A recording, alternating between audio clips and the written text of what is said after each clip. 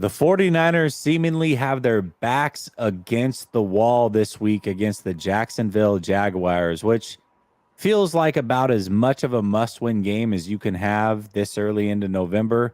It's a litmus test to say the very least. And I would say also any chance at the first overall slot going into the playoffs, that number one seed is also potentially on the line this week, this early into the season. We're going to discuss the Jaguars. We're going to discuss the Chase Young trade. Really, it's almost like Sunil's been in a time machine because he's been gone. So I've got to catch him up on all the happenings. And then we get his reaction as if he's hearing it for the first time because he essentially is. So we're going to talk about a ton and we're going to do it all next.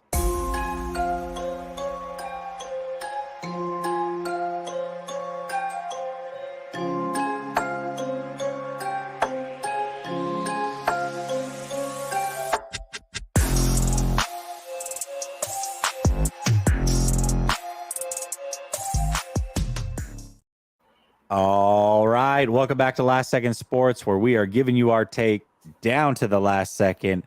And it's not Tuesday, but I do have my guy, So Real Sunil, back in the building. What's up, Sunil? Always the bridesmaid, never the bride. Look, whenever Jesse needs to switch around something, whenever it's like, hey, this is not going to work, we need to get a better host in and all this kind of stuff. Wow. It's always this show that gets moved. So I just want you guys to understand. I love you, but I understand my place on Last Second Sports. Wow. Bottom of the totem pole. Jeez, man, that's so brutal. Yeah, it is funny, though. You know what's interesting to me is it seems like, so I go way out of my way. Anybody who doesn't know, let me tell you how Behind Enemy Lines works, okay? I schedule them out before the season even starts. And then I circle back around with content creators and say, hey, are we still good for next week? The week prior, usually. What's been happening the last few weeks is people have either fallen out and I had to find somebody quickly, or they're like, no, we're no longer good for that time. And so I'm only going to stream a certain amount of times throughout the week. My time slots are my time slots. So I'm like, all right, well, if you're not good this time, how about this time? Or how about this time? Or how about this time? It seems like they like Sunil's time slot. So they're just taking it from him. I don't know what to say. I don't know if it's about they like my time slot or that's the only one offered. Oh, because no. I'll show you text messages. I'm just kidding. I'm just kidding. I got to say this, too.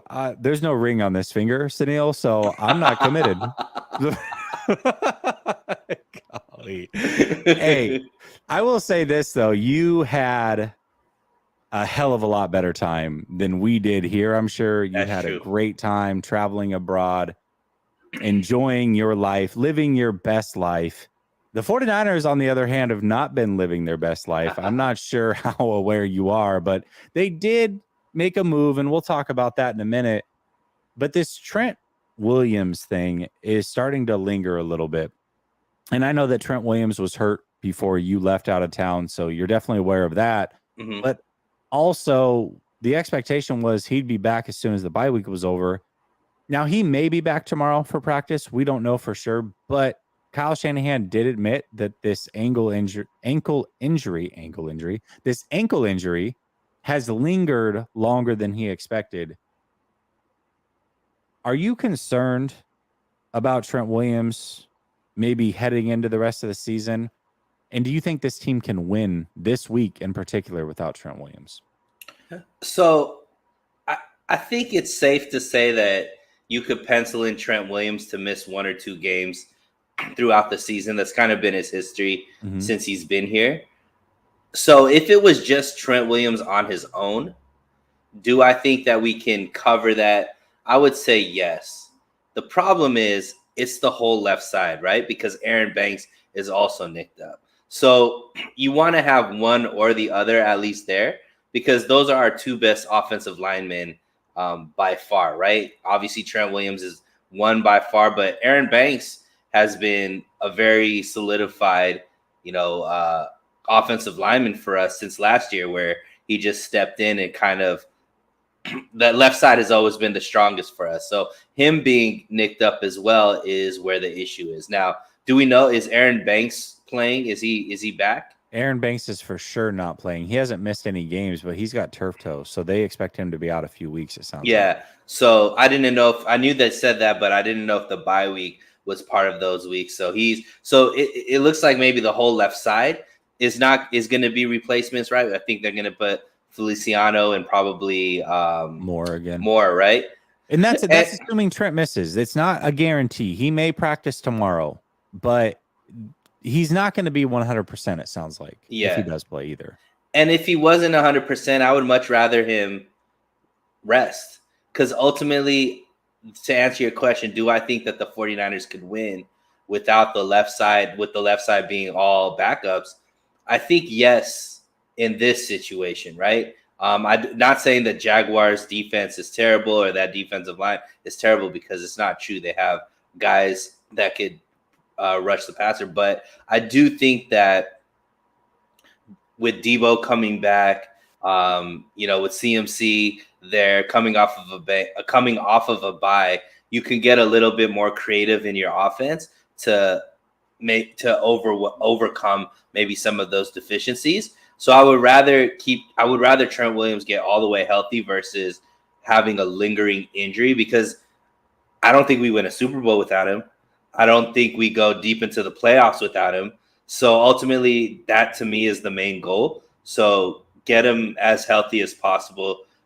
If he has to sit out, because I do think that they can beat the Jags with a little less than offensive line. Yeah, I want to point this out, though. 49ers Throwback says we can't run the ball without him. That has been a little bit of a trend, and that is worrisome, because the Jacksonville Jaguars, their front four doesn't get after the quarterback a ton, but they are very good in the run game. Jaguars defense as a whole is very good in the run game. So you take away Trent, I mean, you pretty much can guarantee you're probably not going to run the ball effectively. So now you're in a situation where you're going to have to win through the air. Can that be done? Is that ideal? I don't necessarily know about that. So that it gets dicey without Trent. Mm-hmm. And I agree. I would much rather him be healthy. I just don't know.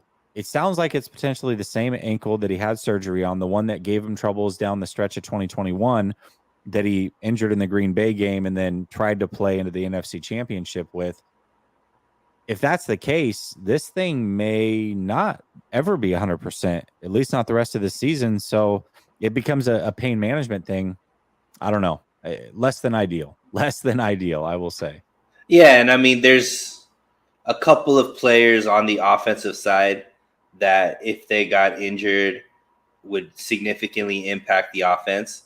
And Trent Williams was at the top of that list, right? So unfortunately, he's the one that is there. But ultimately, look, it's not going to be an excuse at the end of the season, Jesse. This team has enough talent to where the loss of even as great as Trent Williams is, they should still be able to win games. The offense should still be looking much better than that. And it's unfortunate that, I saw Fernando was the one who put the comment there, but why can't we run just because Trent's not there, right? There's still 4 other offensive linemen, 5 with the backup. This is still a run first team. So every single offensive lineman that was brought into this team was meant more for their ability to run block than it was to pass block. So the fact that we can't run the ball, I think it's a deeper issue than Trent Williams being there or not being there. Yeah, most certainly. It seemed Kyle Shanahan said after the Cleveland game that essentially he wasn't prepared to miss the players that they were missing. It's an odd thing to say as a head coach. Right. So have you not been prepared the last couple of weeks without those players? Does it come down to this team has to be fully healthy to win? And if not, you're not going to win. Where do we draw the line? Because no team is ever fully healthy. Injuries are going to happen. Shoot, I remember the Aaron Rodgers Green Bay team that won the Super Bowl. They had like 11 players, starters on IR going into the Super Bowl, and then lost Woodson in the Super Bowl and still won. sometimes you just got to be able to make it through. And right now, this team, when they lose a player or two, they just don't look the same, and that's unfortunate. I agree. It's indefensible for a coach, and even though it's my coach, to say, hey, we didn't have contingency plans for these players to go down, because you should have contingency plans for especially a coach that says, I don't know if we're going to be alive on Sunday, to not have a contingency plan for players not being there. This is your line, Kyle Shanahan. We don't know what's going to happen on Sunday, so you should have a contingency plan for everybody being out. I would think so. It sounds like he's ready for the zombie apocalypse. Maybe he should be ready for this. Brother Bob also, see, Brother Bob, he acts sometimes like he doesn't like Houston Neal, but I do find it a little interesting that he chose to go on vacation at the same time you went on vacation. He decided to miss shows the same time you were going to miss shows. Maybe Brother Bob actually likes you more than I do, apparently, because I keep moving you around from day to day. So maybe that's where it's at. But he does want to know, are you still a Shanna stan? First of all, Brother Bob, you wouldn't respect me if I wasn't still a Shanna stan, man. There's no way that you would be donating your $1.99 to Jesse week after week unless you could make some kind of Shanna stan comment to me. So absolutely, not just because I am Brother Bob, but I will never say anything different so that you can still come at me, pause, about Kyle Shanahan, my friend. Yeah, there you go. Sunil's stubborn. He comes back and says, if Purdy throws more interceptions, do we panic even more? I don't know. I think it really, what it comes down to with Purdy for me is what is your expectation of him? If you thought he was a top 5 quarterback and was going to be perfect his whole career, then yeah, I'm sure you would panic more. I look at it and say this team wasn't designed to win on his right arm. Not now anyways, not this early into his career. They thought that he would be slightly better than Jimmy at this stage in his career, and then, eventually grow into that full-time franchise quarterback. But there's no way that they expected him to carry this roster, this cast of characters, players like Debo and CMC and Kittle and Ayuk, and a great defense. There's no way they expected that. If they did, then they had the wrong expectations. So the 49ers around him need to step up. That's what needs to happen. Raymond Clark says, no one is ever prepared for injury. Overcoming the inevitable is what championship teams do. This team needs to get their groove back ASAP. I agree. This is a great comment. And to Ramon's point, even though I can't say, I think it's a stretch to say the confidence is wavering, because I don't think that the confidence is wavering, but the groove, quote unquote, whatever that groove is, isn't there. This team isn't looking like they're having as much fun as they usually do. They're not. It looks different on the field, and obviously you're having way more fun when you're winning than when you're losing. But something does seem off, and it's kind of, it might be the silver lining that the bye was when they're playing like their worst football of the year. Hopefully they could figure and tighten it up, and obviously we know they're making changes. Maybe some cosmetic, hopefully some that actually lead to some results, but it does seem like they needed a reset, and hopefully the trajectory is moving upwards now. And let me know, is it Raymond or Ramon? Because I want to get that right. I appreciate you donating, and I love the comment, but you got to let me know, because we could have easily called you Ramon and your name's Raymond. So there's also that, but I appreciate it. Okay, let's talk about expectations past the bye week. 49ers coming off of, this is an interesting season. It really has been a tale of two different seasons across the board. Offensively and defensively, it all fell apart at the same time. They had their best game of the season by far against the Dallas Cowboys. And then I think followed it up with their worst game of the season, playing against the Cleveland Browns. Mm-hmm. And then they followed that up with 2 more losses. I'm not quite sure what this team is, but this week against the Jaguars, we're going to get a good feeling, because the Jaguars are a good team, also coming off of a bye. We're going to figure out where they stand. If they're able to win, great. Everything's good. They're back on track. If they lose, things get a little bit dicey, a little bit sketchy. What are your expectations post-bye for this team? So, expectations for the rest of the season and expectations for this game might be a little bit different, because if we just go straight stats, Kyle Shanahan, after a bye, his team's winning percentage is double what it is before a bye, right? I think it's close to like 63% of the games after a bye he wins. It's like 32% he loses. But it's interesting to me, Jesse. I looked up the stat as far as what's Shanahan's record in the game right after the bye, and it's a coin flip. He's 3-3. Oh, So you can't really, usually that stat. I remember when Belichick was, being Belichick, like after a bye, he's like close to undefeated. Andy Reid, I think, is the same. Coming out of a bye, they're close to undefeated. You give these great coaches that much time to prepare for a team, they're pretty much super hard to beat. I do think Kyle Shanahan is a great coach, but that stat isn't one that I would use to prove it, right? But yeah. So what I say that to say that I don't expect this game to necessarily be a great indicator of what the rest of the season is going to be, especially knowing that there's going to be some injuries to the offensive line, especially knowing that some guys are banged up. But my expectations really, or what I'm looking for, is to see how Brock Purdy comes out, right? Because ultimately, look, winning this game is important, but it's not the most important. The most important is, can this team win a Super Bowl? And this team is going to go as far as the floor for Brock Purdy. And can Brock Purdy's played 3 games, whether or not you want to say, oh, these games weren't all bad. And it's true. He was playing really good at portions of all of those games. But can he not be the reason we lose? And I think over the last 3 games, he's played a role in why we've lost. And the games that we win, he's not making those mistakes. So that's what I'm really looking for, is what has Brock Purdy figured out to where he's not going to make these mistakes that, especially at inopportune moments, that really set the team backwards. Yeah, there's a lot of things. My expectations is that they get back to 49er football.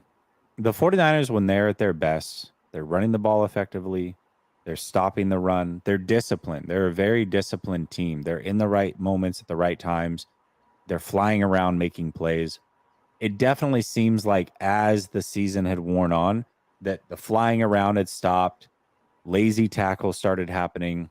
They couldn't run. They couldn't stop the run. None of those things were happening. Everything that you would say, hey, this is 49er football, it all stopped happening. All of it at the same time, seemingly. So now they're in a position where you had the bye week, you get to self-scout. You got Wilkes coming down from the booth, whatever that means. You got Brock Purdy being able to assess things, and everybody being able to assess things. Where are things going wrong? And looking internally to figure out where these problems are coming from. I just expect 49er football. I don't know that it'll necessarily result in wins week in and week out. But if you're going to have a chance to win, you have to play your brand of football. And the 49ers have not been playing their brand of football. Quite frankly, I feel like they've been bullied the last few weeks. The physicality's been gone.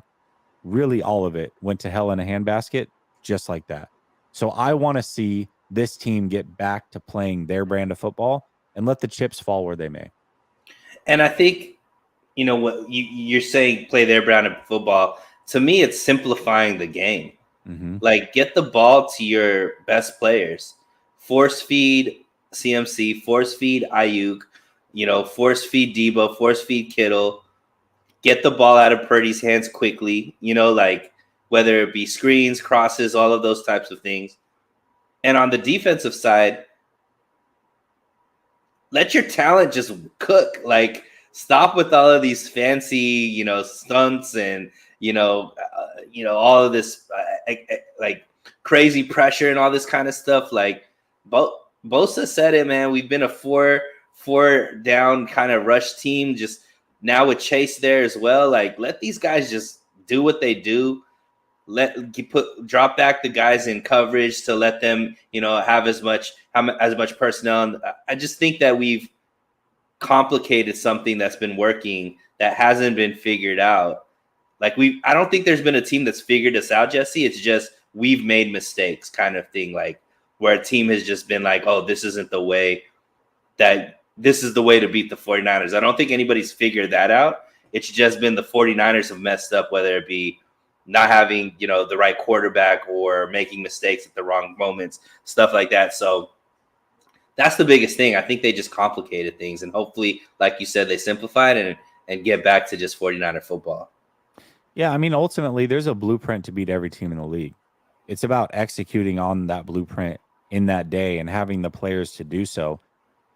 Teams like Cleveland, okay, that it was a one-off. The way they played, that game was a one-off. But Minnesota, that's the one that really kind of sticks with me the most. Cincinnati's a very good team. They were the more desperate team. They were coming off a bye. I can even kind of make a pass for that. And if they go into the bye week 6-2, great. Minnesota was the one that's like, this should not happen. You got your wake-up call the week prior. You knew what was coming. Jefferson wasn't there. That was not a game that they should have lost, and they did. And that was also a team that couldn't run the ball effectively. They didn't, if you look at the overall numbers, not a lot of rushing yards, but they were very effective in the first half running the ball. That's kind of what got things going for them. And then you had the play at the end of the half, the all-out blitz that resulted in a touchdown to Addison. There was just a lot of weird things that happened in that game, and that was the one game that they really should not have lost. That was the one team they should not have lost to. That was the most disappointing one. So even though the blueprint is there to beat the 49ers, that blueprint exists for everybody. Teams like the Vikings shouldn't have the horses to get it done, and they did. The 49ers didn't impose their will. They didn't do what they've always done best, and that was unfortunate. Well said. By the way, his name is literally in the middle of Ramon and Raymond.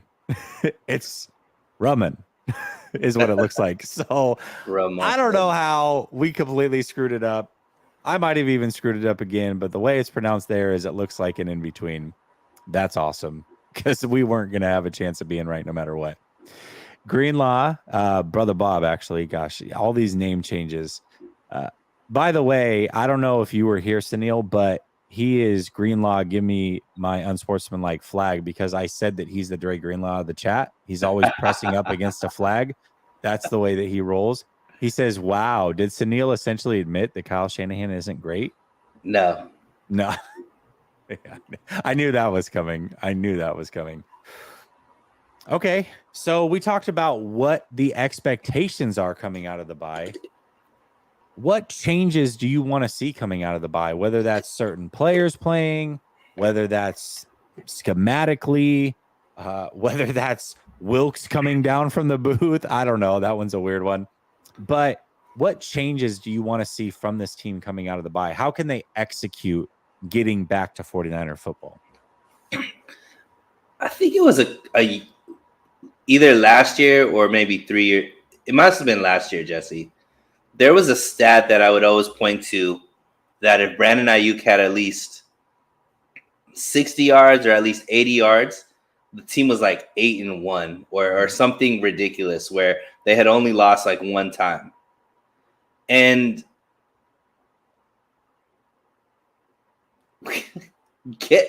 honestly, like I'm a big Ayuk fan. I like Ayuk better than Debo, to be honest, as far as just like a player on this team. I personally think Ayuk is the third most, like he will finish up if given the opportunity. It will be Jerry Rice. He will be somewhere in that top three for me. That's how good I think Ayuk is. And there's been some stats that are rolling around Twitter that are showing that I think he's the most open receiver out of all receivers in the league. He needs to be CMC 1. It should be Ayuk 2. Like Ayuk needs to start complaining like AJ Brown, like Devontae Adams. Like he needs to be force fed the ball. So for me, I want the offense to run through CMC and Ayuk, and defensively, I just want to see sacks. I'm tired of pressures. I want to see sacks. Like those are the two things that I think need to change. Is Ayuk needs to be utilized more, and we need to see the defensive line actually get to the quarterback instead of just seeing the PFF pressure numbers the next day. Those are the two things that I'd like to see changed. I love it. For me, it's the missed tackles. The missed tackles have gone hand in hand with these losses. This team's traditionally been a pretty good tackling team. They have not been anything close to that the last few weeks. What do you think that is, Jesse? I got into somebody came at me on Twitter because I put up something about Steve Wilks, and he brought back that Steve Wilks has nothing to do with the missed tackles and not finishing off the sacks, and that's all accurate. But we're talking about guys that don't usually make these mistakes, like high-level players, Fred Warner's. We're talking about Nick Bosa's. We're talking about Mooney Ward, who when we brought him into the league, it was because he was the best tackling cornerback in that the year before in Kansas City. What is it that the tackling has just gone bad? Do you point that to coaching, or is that just solely on the players? I mean, at this stage of the game, I got to say more players than coaching. You don't do a lot of tackling in practice. You don't. That's just not the way the NFL is built anymore. You know what tackling looks like. And I would say it's coaching if they're not in the right position. So there are plays where maybe guys are out of position, but a lot of this just comes down to mano-a-mano, missed tackle, missed tackle, missed tackle. Not good form, throwing shoulders, not just, taking people down, not wrapping up. That's what it's coming down to. If people are out of position, that is coaching. All you can do as a coach is put the players in position and allow them to go make the plays. And the 49ers, more often than not, defensively, have gone out and made those plays. They haven't these last few weeks. I would say more player, but also I think that the fatigue thing and the travel thing is real. I think mental lapses are happening, and I think a lot of it does have to do with that. And I think once things start to kind of snowball, it's like a snowball rolling downhill where it's like, okay, you start to press, you're missing this tackle. Okay, now I need to go make a big play. Not only do I need to make the next tackle, but I need to try to pop the ball loose. And so now maybe you're doing some extra things and you're pressing. The 49ers just need to get back to the basics.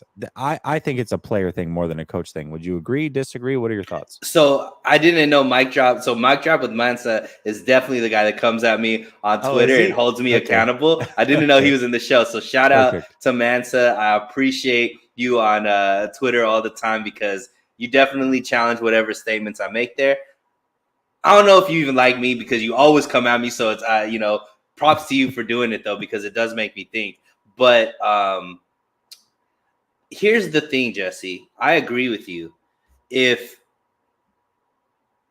it was just one or two players that the issue was, and if there was a trajectory of them always being shaky.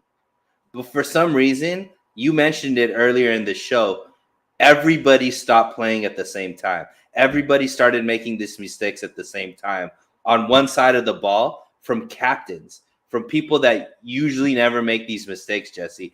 To me, it's too much of a coincidence that Mooney Ward can't tackle, Fred Warner can't tackle, Bosa can't tackle. Like, to me, that's too many people that are just too good and have never had these issues for it to just be solely on the players. Now, I know that's a hard thing to argue because you're right. Wilks isn't out there, but there's something going on underneath that's causing these mental mistakes. And to me, the mentality and getting a team prepared is on the coaching. And I wonder if they are being put in the right situations, or just because they're that good, they're making up for the lack of scheme being there but it's keeping them a half second off here or a half second. They're thinking about things they wouldn't have to think about from a better defensive coordinator, if that makes sense. And because of those extra thoughts that they're going to have, they can't just play instinctually the way that they would play. And now they're playing more thinking about whatever the scheme is or whatever different is going on right now that's causing these things to happen that way. That's what I think it's more of, because it's everybody. And the statement that I made, Jesse, is if you look at all the players that are returning from this team and you list, are they playing the same, better, or worse? How many players would be the same? How many players are playing better? How many players are playing worse? And I think if we're honest with ourselves, across the board, they're playing worse. Defense, yeah. So how is that just on the players, where everybody is playing worse and the coaching is not getting any kind of blame for that? There's something going on with the coaching that's causing every player to be playing below their standards. I want to say this, though, too, and I think you make a very, very good point. If you're thinking you're not playing fast, and maybe that is a part of the issue. But I also want to talk about the decisions that the 49ers made in the offseason, where they decided to go after the big free agent, Javon Hargrave. And a part of doing so was losing guys like Jimmy Ward, who we know has been a mainstay in this defense, a big part of this defense, a big leader in this defense, playing a very important position for this defense last year. Losing guys like him, losing the depth in Amenahu and Ebukam and Willis or whoever. I don't know, whoever. The depth was lost. The 49ers coming in waves was lost because of a big signing like Javon Hargrave. And one thing that we talked about a lot during the offseason, I know it wasn't just me and you, but I heard it elsewhere, is that Javon Hargrave is not the best run defender. That's kind of what he was in Pittsburgh. Then he went to Philadelphia and turned into purely a great pass rusher. He is not the best run defender. And linebackers play their best when they can flow to the ball and not have to get the ball ran directly at them and linemen pinning them down as well. Right now, what's happening is up the middle, the 49ers are more vulnerable possibly than ever because some of the changes that have been made and losing some of that depth. And so now it's forcing linebackers and safeties, instead of flowing to the ball and kind of finishing the tackles, they're the main tacklers because running backs are breaking loose and now it's one-on-one on a regular basis, or linemen are able to get to the next level and hold Fred Warner in place and what have you. Those are the things that are happening as well. And a lot of that comes down to the players that are no longer here. Ridgeway is another player, I think, big body guy that was here last year that's not here this year. So I think that there's multiple things that we can talk about that could be leading to this for sure. Yeah. See, the only difference is we've had 6 years of history with a lot of these same core players, and that's never been an issue. We've always had new guys come in, and this depth thing that keeps getting brought up, I don't buy it. The same play, we have the same caliber of players, just with different names. And if it's like, well, they're not performing like those other guys, like Amenahu, like Willis, like Ebukam. Well, nobody is performing the same way that they were performing under these other defensive coordinators. Like Fred Warner isn't performing the same way. Nick Bosa isn't performing the same way. So how are we going to blame it on the introduction of Javon Hargrave, who actually is performing? Like, he's been the most productive on the defensive line as far as sacks. So to me, I just think it's like this defense is too good to be looking this way, and all of a sudden it's just these players don't know how to play. Like, I think they're too classy to really say that this coach is not it for them. Like, I think we've heard it in undertones when Nick Bosa is saying, hey, we're this 4-man rush. And, Fred Warner is being, political when he's saying like, no, this is on us and all this kind of stuff. But I think in actuality, and we could see it by the moves that they're bringing him out of the box and all this kind of stuff, there is something going on with coaching that I don't know. Like it's obviously, I don't think that you lose just a Jimmy Ward and all of a sudden this defense is looking the way that it's been looking these last 3 weeks. I was trying to find snap count percentages on the fly. That's why I'm looking down. Not really able to necessarily do it, but if I look at last year, for example, Bosa played 745 total snaps. He's on pace for almost 900 this year. My point is that last year, we can talk about the depth or what have you, they would go in waves. There was times, I remember early in the season, I thought to myself, is Bosa injured? Why is he not on the field? And then I started to realize, like, oh, wait, all the starting defensive linemen are out. There's 4 different defensive linemen in. And they would do that like every third series until it came down to like a crucial third down. And then they would bring some of the starters back in.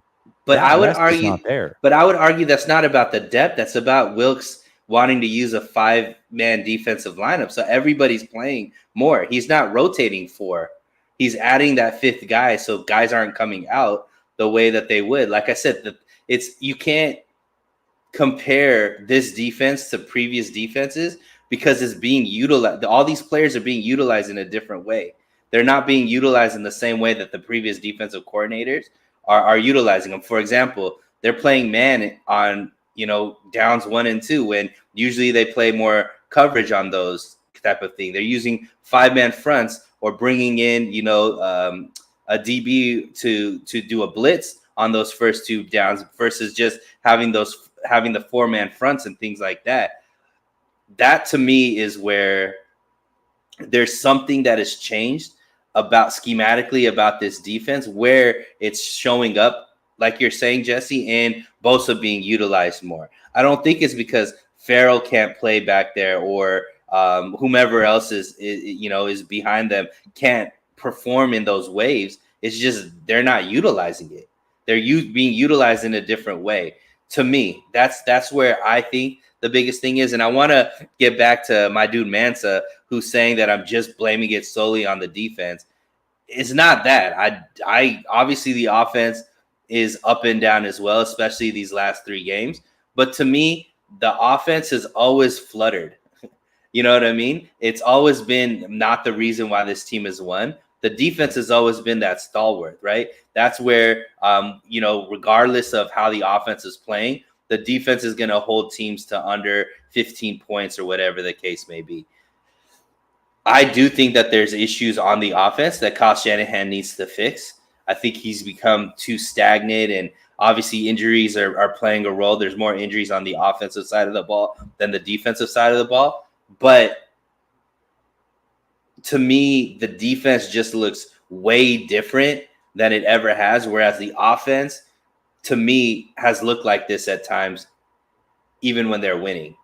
They've had struggles scoring and all these types of things with Jimmy or whomever else the quarterback is what I'm trying to say. The defense looks much more out of sorts to me than what the offense is looking like comparatively. See, but then my question becomes this: how do we explain the first 5 weeks of the season? I mean, I could understand if out the gates just the defense wasn't working, but it was the first 5 weeks of the season, and arguably, listen, I know that they were ran on in Minnesota and Cleveland, but they still held those teams to one of them to 19 and one of them to 22. So it's not like they just got obliterated from a point perspective. Like that's what I can't wrap my mind around is for 5 weeks it was elite again, and then for 2 weeks it was okay, not elite from a yardage standpoint, but still pretty good from a point standpoint, and then it all just fell apart last week. It was over. But that's what I don't understand is if it was bad out the gate, okay, I get it, but that wasn't the case. So clearly the scheme was fine through the first 5 weeks. We do know that travel definitely crept up on them. Maybe that does play a part in this, like I talked about earlier. But a part of wearing down with travel and short week games and all that is not having the depth anymore. It's hard to me, for me Jesse, to say that I look at it like the first 5 weeks. That's what I can't wrap my mind well, around. I was tweeting in the first 5 weeks that Wilkes is being carried by the talent more than Brock Purdy is on the other side of the ball. And I think more and more, I remember when we first started talking about Wilkes, I looked at his defense when he was defensive coordinator, and he's never had a really good defense. And I think that he doesn't know what to do with this talent. And I think that in the first 5 weeks, the talent was able to overcome maybe some bad scheming and things of that nature. But now offenses are catching on to the bad schemes and maybe utilizing or figuring out how to attack those type of scheme now, and are taking advantage of plays. I don't know. I don't know X's and O's like that, and I don't want to claim to be a specialist at this, but the eye test shows me that there's something off. And when you listen to guys like Richard Sherman, who definitely does know schemes and definitely does know defenses, he's looking at Wilkes saying, you're not doing the right thing. You know, when you look at Ancho, who also played on the defensive side of the ball, take Ancho with a grain of salt. He's not necessarily, you know, the guy, but he's also pointing to Wilkes and schematics and things like that. It seems like the people in the know, Jesse, players that are looking at this 49ers defense, they're not pointing the finger at the players. They're pointing the finger at Wilkes. So there's got to be something there. To me, and I hope it gets figured out after the bye. Yeah, I mean, how much of that? I think it's tough though too, because how much of what Wilkes is doing is mandated by Shanahan? You know, I think there's a reason that Fangio wasn't here. On paper, Fangio, Wilkes. Fangio is a better defensive coordinator. We knew that, but Fangio does his own thing and runs his own thing. And we pretty much called it in the offseason. They're likely not going to go with Fangio because that's just not going to work with Shanahan. He wants to keep the nuts and bolts of this defense in place. Wilkes might be able to execute that. So how much of it, though, is maybe the scheme staying the same? It just doesn't fit necessarily fully what he wants to do. And so there's a little bit of that struggle. I don't know, man. The defense definitely has struggled. We're only talking about half of it. Obviously, the offense has struggles of their own. Sure. The whole team fell apart, really, almost for a 3-week time span. Brock Purdy played his worst football. CMC played his worst football. The offensive line played their worst football. The defense played their worst football. This was a whole team meltdown once the Browns game came.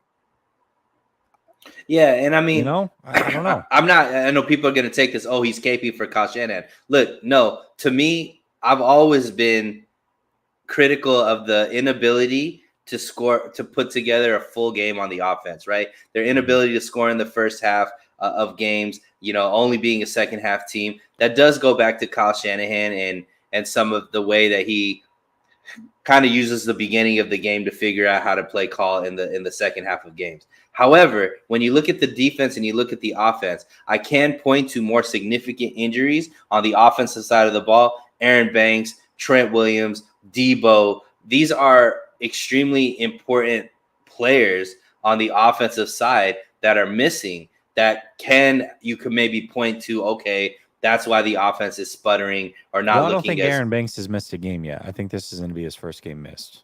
Pretty sure. I thought he was out one of the games. He got injured mid-game. Maybe he got injured. Yeah, I don't know. Or whatever, but and then like CMC missed the game. CMC was like in and out of games as well. So still not an excuse. This team is stacked enough to where they still shouldn't be struggling to score 20 plus points every single game. But on the defensive side, there aren't those excuses, is what I'm saying. You can't point to, oh, well, at least Fred Warner was out, or Bosa was injured, or, Mooney Ward was out. Like there aren't those type of excuses where they're more easily those type of excuses on the offensive side. Ultimately, it's not about who's at fault, all this kind of stuff. Ultimately, we're looking for this team to win a Super Bowl. They aren't a Super Bowl caliber team based off of the last 3 weeks. And a lot has to change, but I just started on the defensive side. No, I want to argue more. I'm going to blame you. It's your fault today. Brother Bob says, if Kyle is great, why does Ayuk have to do something. I'm not saying Ayuk has to do something. I'm saying Kyle needs to force feed him the ball more. Yeah, that's what I took out of it. Crow says, Kruger laughed at me last time I asked this question. Can you tell me why a 4-point stance wouldn't help with stopping the run? I want to learn interior D-line only. I mean, I think what it comes down to is, yeah, and I think that's where he's going is lower man wins, right? You're taught that from a young age. I think it just comes down to what players are comfortable with, what they want to do. Most players prefer to rush out of a 3-point stance. Obviously, edges, sometimes even out of a 2-point stance. It comes down to what that player is comfortable with. If you're not comfortable rushing out of a 4-point stance and that's not the way that you want to rush, then probably not the way to go, But I understand what you're saying as far as low man wins. I don't think that a 4-point stance is necessarily going to fix any issues when it comes to this run defense. I don't see it personally. Plus, I think that it might put you out of position in the pass defense. So, Brother Bob says, isn't that true about offense? Isn't that offense? Okay, offense true. Purdy equals mid on Kyle Shanahan. Look, the criticism about Kyle Shanahan not finding a franchise quarterback in the 7 years that he's been here.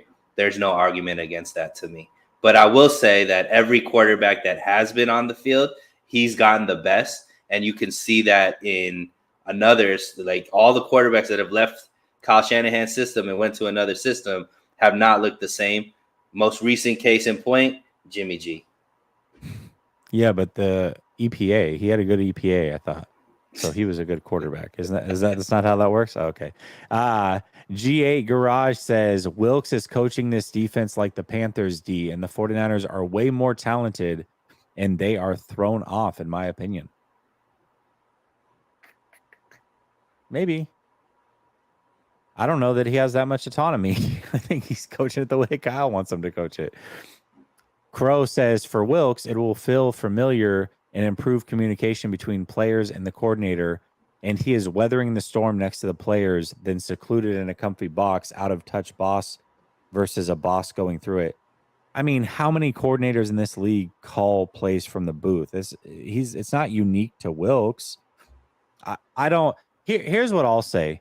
One observation piece that I had, and maybe this will help Wilks, but one observation I had when I was at training camp, Kyle Shanahan is almost non-communicative at all with any of the players. He doesn't talk to them at all. He just walks around. I'll tell you Kyle Shanahan's practice. This is the whole thing. Get out onto the field. He kind of walks around between the two fields, watching things go down. Then John Lynch would come over. They would shoot the shit. Then his son would come over. They would play some catch. Then his dad would come over and they would talk a little bit. Then he'd go onto the field to throw a few picks to the defense. And then he would get his headset on and he would call his plays, and that was it. They would go through position drills. They would go through one-on-one drills, everything. Kyle Shanahan was just doing whatever, not coaching anybody in the moment. Steve Wilks, on the other hand, would be there right after every single one-on-one drill they had. He'd pull somebody aside. He would coach them up. So maybe for Wilks being a hands-on teacher, maybe that will help him. But if we're like talking about who Kyle Shanahan on the sidelines, he's next to his players, but shit, somebody gets injured and he's like buried in his playbook or his play sheet. So you can be there, but that's not going to necessarily connect the dots. And there are a lot of coaches that coach in the booth and they do it effectively. So I don't know. Yeah, but it also is different for this team, right? So it's a complete different shift when it comes to how the previous defensive coordinators were. They were sideline guys. They were rah-rah guys. They were guys that were, in the players' faces, dapping them up after great plays, all that kind of stuff. So it is a big shift from that. But ultimately, look, Kyle Shanahan has had pretty much 100% batting average when it came to the coaches that he brought in. right? Every coach, every But they were all promoted promotion. within. He ran Yeah, out of every those promotion. promotions, right? Well, I don't know. I think, when we were talking about defensive coaches, Daniel Bullock was my number one choice, right? It seemed like it would be a natural transition, but he brought somebody from the outside in, and whether you say it works or not, obviously there's a whole rest of the season to decide, but usually those are seamless fits. Anthony Lynn, seamless fit. Brian Greasy, seamless fit. However, there obviously we haven't had this much confusion with the coach ever in Kyle Shanahan's kind of tenure here, which I think is saying something. A lot of that comes from the continuity of promoting within on a regular basis, and they didn't do that. And who knows what the case is with Bullock. Maybe he doesn't want to be a defensive coordinator. Maybe the conversation was had and he's like, I'm cool. Like I'm good where I'm at. I don't want to be that guy. It's also a possibility. That's been the case, Eric. So maybe that's here as well. But either way, I mean, again, communication issues, not being on the sideline, and out of touch boss, like all these things would make sense if it was bad from the beginning. And again, Shanahan know all of these things going into the season. He knew what Wilks was and wasn't comfortable with, and he hired him anyways. He knew that he wanted to coach from the box, and he hired him anyways. Like, these are not things that just crept up all of a sudden in week 6, and we're like, oh my God, he's coaching from the box. Oh, he wants to run something different than what we expected. No, they just became glaring issues all of a sudden because they were losing, but it was all good through 5 weeks. Nobody complained about the booth in week 1 through 5. I don't know. We'll see. Yeah. We'll see how it goes. Maybe that's the change that they need, but I'm not convinced that. To me, it seems like they're grasping at straws, and if the defense turns it around, they were going to turn it around whether he's in the booth or he's on the sidelines. I don't think that's going to make a difference. Brother Bob says, so it's okay for the offense to be shaking, not the defense. Wow. What? I don't think he said that. You're reaching, right? Brother Bob must be doing yoga out there in Miami right now, the way he's reaching for these comments right now. He says, so Kyle needs to coach and force feed Ayuk. Kyle Shanahan equals mid. I ain't go. Hey, Brother Bob, I ain't go fall for it, bro. I know what you're trying to do. It's not gonna work. Yeah, he's trying to get you the okie doke. Cryptic says the Niners have had 3-5 season and a 2-4 season. What's the difference from this 3-game losing streak with our teams compared to those last 2 seasons? I think for me, the difference is this team knew that they had those losing streaks. This team also talked about not having those losing streaks in depth going into this season. This team talked about the number 1 seed. This team seemed more aware than ever that the recipe to winning a Super Bowl is not going through the path they went the last 2 years where they come out of the bye week and every game matters. And you get worn down towards the end of the season and attrition starts to kick in and you lose in an NFC championship 2 years in a row. This team, this team talked about the number 1 seed being so important to them. Kyle Shanahan talked about it. Debo talked about it. Other players talked about it. However, they've fallen right back into the same trap, and now the number 1 seed isn't completely out of the realm of possibility, but in order to get the number 1 seed, I believe they're going to have to go 7-2 down the stretch and beat Philadelphia. And if either of those things don't happen, if they go 6-3 or they go 7-2 and lose to Philly, I don't believe that they're getting the number 1 seed. And even then, that still might not be enough because you've got the Detroit Lions with a very, very easy schedule down the stretch. They may only have 2 more losses on that schedule, which means 7-2 and beating Philly might not get it done. It just might get you ahead of Philly. So we'll see. I think for me, like those 3-5 and 2-4 seasons, the teams were so up and down. Like it wasn't like they were dominant in any facet. Whereas the first 5 games, it was a foregone fact that the Super Bowl was going through the 49ers. Like they were the best team in the league consistently, right? They were top 5 in offense and defense. They were manhandling teams, scoring 30 plus points every single game. Defense was getting turnovers, holding teams. I think they were only giving up like under 15 points per game. And then all of a sudden it just fell off of a cliff. And the eye test makes the team look way different.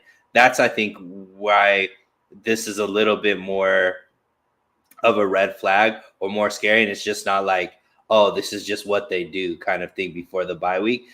It seemed like they could have been, 8-0 at this time based off of how they played those first 5 games. And look, Jesse, something happened after that Cowboys game, because that's where everything changed as far as the level of focus. And even though it's a 3-game losing streak, they were in all 3 of those games, and a couple of different mental errors, I think, led to them not winning. Like obviously missing a field goal at the end of the Cleveland game, we're not talking about that game as a loss. In the Vikings game, they had every opportunity to win that game as well. And even in the Cincinnati game, they had every opportunity to win that game as well. So it's not like this team is that far off. And I think that's what's even more frustrating, is that it's us that's the issue, not that we're just being outmatched and outplayed, which it kind of felt like maybe in some of those other years. Also, I do want to bring this to the stand if Wilks is on trial. Somebody mentioned it earlier, but I'm going to actually go through the games here. DeMeco Ryans, I would argue, his tenure started off way more rocky than Wilks did. Remember when people were calling for his head? Probably not, because now he's a really good head coach in this league, and people forget very easily. But their first 8 games with DeMeco Ryans as defensive coordinator went like this. First of all, they started out 4-4. They gave up 33 points, 11 points, 30 points, 28 points, 17 points, 30 points, 22 points, and 31 points. They also gave up, you ready for this? This is their rushing yards given up in those first 8 games. 116 rushing yards, 151 rushing yards, 100 rushing yards, 105 rushing yards, 94 rushing yards, 148 rushing yards, 176 rushing yards, 163 rushing yards. Then from that point on, after those games that I mentioned where they gave up all those points, they lost half of them and gave up a ton of rushing yards, the defense turned it around completely. They started giving up rushing yards in the 50s, the 60s, the 70s throughout almost the whole rest of the season outside of one game. So let's not forget that it started out very shaky. I would argue more shaky with DeMeco Ryans, who did come from within this team and was promoted within house, than it has with Steve Wilks. Yeah, but I think the overall sentiment is much different with this team, in the sense like you weren't hearing players kind of say the things that they've been saying in interviews and stuff like that. So to me, that's where it's a little bit more troublesome in my books. Yeah, maybe. I mean, also, I don't remember everything that was said during that time. I mean, maybe things were said. Who knows? Maybe, yeah. Brother Bob says, can't blame Kyle Shanahan for a shaky offense mid Brock Purdy hiring Wilks. I mean, I think we put the blame on Kyle Shanahan. Like, Brother Bob, is your point that Kyle Shanahan is a terrible coach? Like, what is your argument? Like, to me, I think I could make a lot of arguments why Kyle Shanahan is one of the best coaches in the league. You want to pinpoint things, and is your point that you think we should get another coach? Then say that, man. Like, I think I'm fair with my criticisms of Kyle Shanahan. I just am a big fan of him as well. Yeah, and I see your point. They lost to PJ Walker, but let's not forget that the last loss in that streak that I just read was to the Arizona Cardinals. Remember who was playing quarterback for the Arizona Cardinals that week? Because it wasn't Kyler Murray, and they gave up 163 rushing yards and 31 points to the Arizona Cardinals. So I really think that you could argue the first 8 games for DeMeco was worse. I'm not going to argue. I'm going to say it was worse. Just statistically looking at it, it was certainly worse. It definitely was worse. So, all right, we got to that one. Okay, let's see here. Here's a positive. Chase Young was traded for and is on the San Francisco 49ers now. I think most of us wanted, whether they can get an offensive lineman, which was unlikely to happen, or they would get a secondary piece, a corner. That was ideal. But when you can bring in a guy like Chase Young, who's a very good player, was the second overall pick in an NFL draft just a couple years ago, I think you jump at the chance to do that. And the 49ers certainly did. What do you think his impact on this team will be? I mean, depending on what the scheme is going to be, I think that if it was like, if it was just what we usually do, 4-man rush, it's going to be dominant. He's going to either get a lot of one-on-ones, which I think he's going to eat up and have a great season, or it's going to free up some other guys, whether it be Bosa, Hargrave, Armstead. Like, to me, they have four players now, Jesse, that are really tough to defend one-on-one, right? And that's something that I don't think we've had since Buckner was on the team, right? So to me, I think that it could make a huge, huge difference.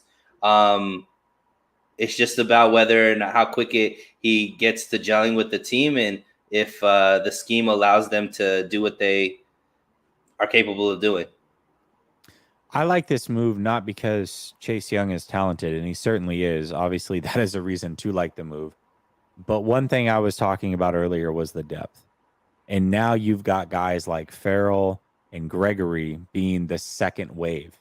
If you need to give a bit of rest to a Nick Bosa or a Chase Young, you can do so pretty comfortably, to where before it was one of them was starting, the other one's coming off the bench, and then you got Drake Jackson there, who has just not been very good at all.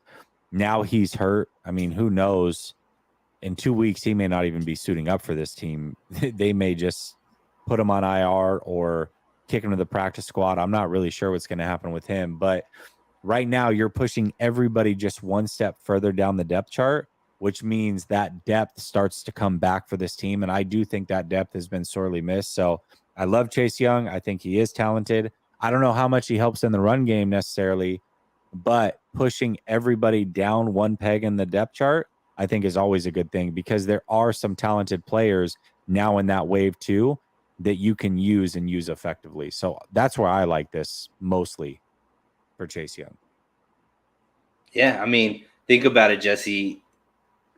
In the offseason, we were talking about, man, Chase Young would be awesome. Should they make the move? All that to get him for a compensatory third-round pick, which, we know that they are terrible drafting in the third round.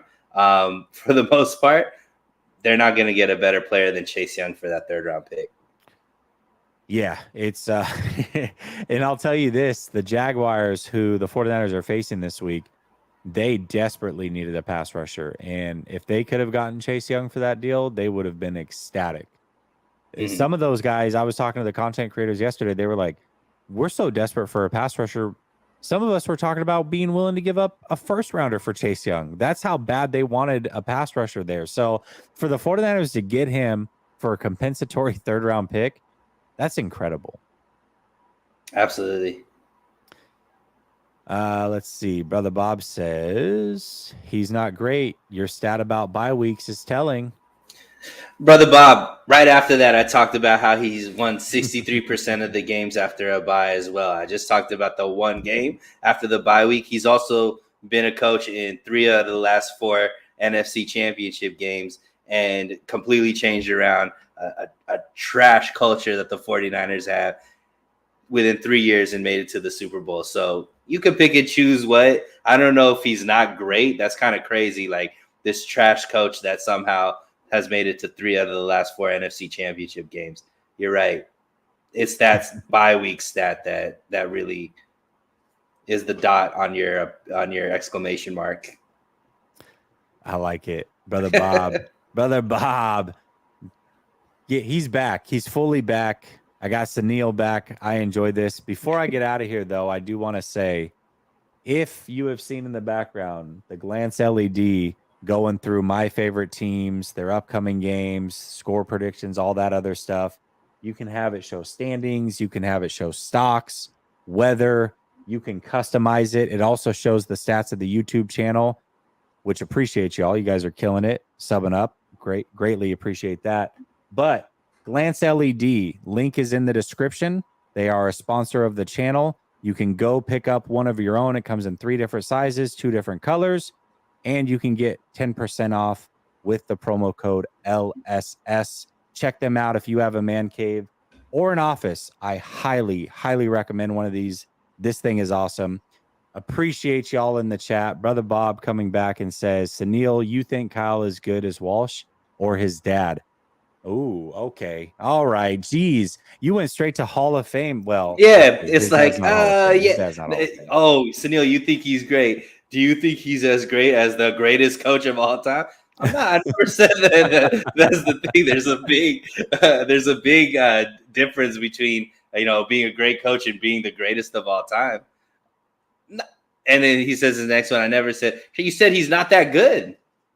I think he's really good. Do I think that? Does that mean he's Walsh? No, I don't think he's necessarily Walsh, and he hasn't proven even to be as good as his dad. But to say that he's not that good, I think is a crazy statement. 49ers minded. It's a company called Glance LED. The link's in the description. You can check it out there. Appreciate you, brother. Good to see you in here. All right, y'all. Listen, I'm going to get out of here. Tomorrow, we're supposed to do a show over on Vish's channel with Vish, myself, and Larry, our weekly roundtable. But I don't know if it's going to happen only because Vish may not be able to. So if that's the case, I might have another show here, either a call-in show or I might have the coach on. We'll see. But one way or another, I will be live tomorrow night. We'll just figure out exactly when, where, and with who. Keep your eyes peeled. Appreciate y'all. Much love. Sunil, glad you are back. Loved doing another show with you, man. And we'll be back to our regularly scheduled program. Unless somebody needs to shift, then we'll kick you out of your spot. All right, y'all. Stay blessed. Peace.